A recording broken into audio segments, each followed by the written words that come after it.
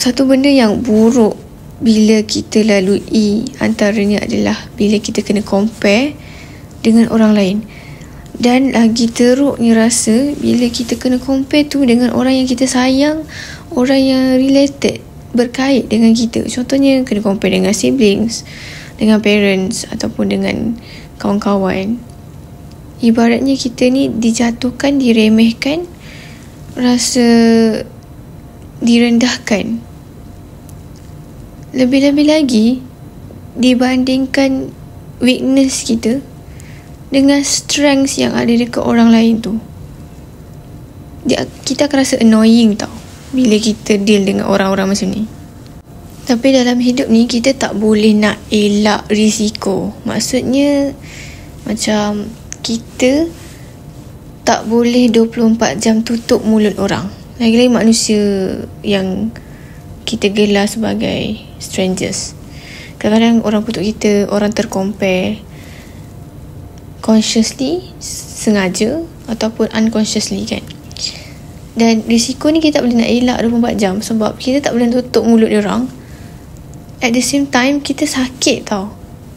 Tapi semalam apa yang Yaya lalui, ada conversation dengan my friends, kita orang buka topik ni, and it turns out jadi satu perkara yang insightful for me lah, because I learn a lot daripada dapatan yang kita orang sembang-sembang tu. Satu benda yang bila kita kena compare, kita rasa sangat deep inside our heart and we feel hurt, adalah bila kita rasa aku tak cukup ke jadi diri aku? Am I being good to myself? Kadang-kadang kita pula yang question diri kita, aku ni teruk sangat ke sampai orang banding-bandingkan aku kan?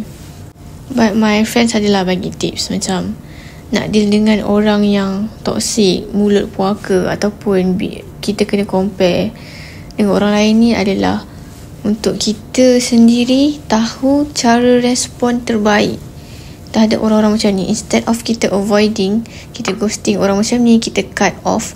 Some people kita kena cut off, but some of them kita kena deal, kita kena berdepan dengan risiko hidup kita melayan orang yang kompleks ni because of kadang-kadang orang macam ni lah yang ada dalam relative kan, macam parents or even siblings. Kawan-kawan yang rapat dengan kita pun kadang-kadang menyakiti kita. Kita pun kadang-kadang menyakiti diorang. So tak nak kita kena deal juga, kena hadap juga situation macam ni. Dan situasi ini adalah berat. So untuk deal dengan orang macam ni, kita kena ada mental kuat. Nak jadi mental kuat ni adalah apabila kita acknowledge tentang diri kita sendiri. So semalam bukalah Quran. So I found this one ayat yang very simple, yang actually kita kadang-kadang terlupa juga, yang Allah dah bagi dah teknik self-love tu kat kita. And one of adalah, so Yaya bukalah surah At-Tin ayat 4. I think semua orang tahu ayat ni. A'udzubillahi minasyaitanirrajim. Walaqad khalaqnal insana fi ahsani taqwim. Maksud dia sesungguhnya kami dah menciptakan dah manusia ni dalam the best form, bentuk yang sebaik-baiknya, dan berkelengkapan sesuai dengan keadaan manusia tu sendiri. Mula-mula Yaya tak nampak tahu ayat ni nak tunjuk apa, but actually kan when I learn psychology, I learn mental health counselling, now I realise ayat ni sangatlah bertepatan dengan diri kita. Laqad khalaqnal insan fi ahsani taqwim, keadaan yang baik. Maksudnya kita yang kena acknowledge apa yang baik dekat diri kita, strengths kita, dan macam mana kita nak hargai strengths kita tu. Sebab bila kita hargai kita punya strengths, kita punya kekuatan, kita fokus kat diri kita tau. Kita tak fokus kat orang lain. Bila kita tak fokus kat orang lain, kita tak ada masa nak cakap benda tak baik. So bila kita tak fokus kat orang lain, and then kita acknowledge kita punya strengths, kita manfaatkan strengths kita, and then kita embrace kita punya weaknesses tu, itu pun dah menjadi bukti bahawa kita tak compare diri kita dengan orang lain. Instead of kita compare dengan orang lain, kita compare kita yang sekarang, yang hari ni, dengan kita yang 2 bulan lepas, setahun lepas, 2 tahun lepas, 5 tahun lepas. Can't you imagine how amazing surah At-Tin ayat 4 ni? Ahsani taqwim, sebaik-baik ciptaan. So kita tahu strengths kita tak wasting time cakap pasal orang lain. Yang paling penting adalah why bother kan. Kita tak hiraukan pun orang tu. Kata-kata orang tu bukan memaknai pun definisi diri kita. Tak semestinya orang cakap kita sekian-sekian, kita adalah memang begitu. Tak semestinya. Mungkin 10%, 20%, 50% je. Sebab yang mendefinisikan diri kita adalah attitude kita. So, jangan mudah terpedaya atau mengikut sangat cakap-cakap orang. Kita kena belajar filter sikap orang juga dan perkataan yang diorang bagi dekat kita. Kalau rasa tak bagus, tak payah ambil. Tapi kalau rasa apa yang dia cakap tu berkualiti, kita boleh improve dan sebagainya, cara dia cakap tu pun bagus, kita ambil je lah kan. Win-win situation. So, macam mana kita nak fokus kat diri kita sendiri? Of course lah, benda paling penting adalah bila kita tahu strength kita, means kita ada target. Kita target untuk improve apa-apa kelemahan dan manfaatkan kelebihan kita tu. But nak improve ni, kalau dalam psikologi, kita kena ada matlamat yang realistik tau. Because of bila kita dapat achieve even small steps kita buat, kita improve diri kita. Contohnya kelemahan dari segi kewangan, kita belajar nak simpan duit, kita start dengan small steps dulu. Kita start dengan level 1 dulu, barulah kita capai menjadi kita yang pandai manage duit. Betul tak? Macam tu lah analogi simple dia kan. Kalau before this, I bincang dengan my friends, kita banyak tahu ambition. Kita nak goals sekian-sekian, kita nak goals A, goals B, goals C, tapi kenapa still tak capai? Because of kita fikir ibarat kita naik gunung, naik bukit. Kita fikir betapa jauhnya puncak tu dan kita tak gerak, kita stagnan. Sebab tu kita stuck sebab kita tak improve.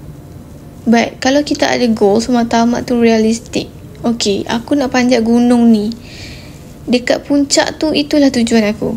Okay, ni analogi dia.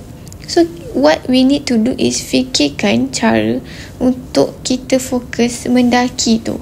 Step 1 kepada step 2 kepada step 3, level 1 kepada level 2 kepada level 3. At the end kita akan sampai je dekat goal kita tu. Goal kita tu tak lari mana pun. So I ask lah my friend kan, it's okay kan kalau kita nak buat small steps every day. Lebih baik kita buat macam tu, kita akan still capai target kita. Instead of banyaknya goals aku, tapi aku ni nak fokus 1 goals lah, 2 goals lah, 3 goals lah, lama-lama I stuck and I just tak berkembang pun. So my friend remind me about one hadis yang Rasulullah SAW said, satu ibadah yang dicintai oleh Allah SWT adalah satu amalan yang berterusan walaupun sedikit.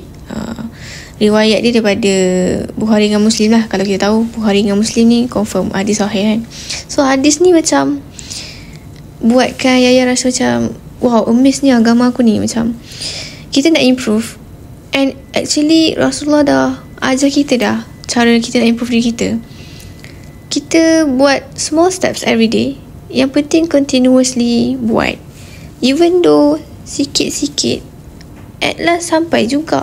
Daripada I make a big step and at the end tak teruskan pun. Nak masuk step 2 dah malas, step 3 dah malas. So goal tu pun makin lama terkubur kan. So better kita buat small steps every day, sampailah kita sampai destination kita tu. And benda paling Yaya tak boleh lupa semalam, my conversation with my friends adalah, untuk berjaya pun step dia adalah kita kurangkan pressure. Maksudnya kita kena pandai urus tekanan dan harapan kita nak capai goals kita, jadi the best version of us kan. Tapi sukses kita, goals kita tu nak capai ke tahap itu adalah syaratnya pun kita menikmati proses. Bila kita tak enjoy the process, kita tak akan rasa manisnya bila kita capai goals kita. And it's okay untuk kita slowly mengamati perasaan, emosi yang kita lalui sekarang dan nikmati je, lalui saja.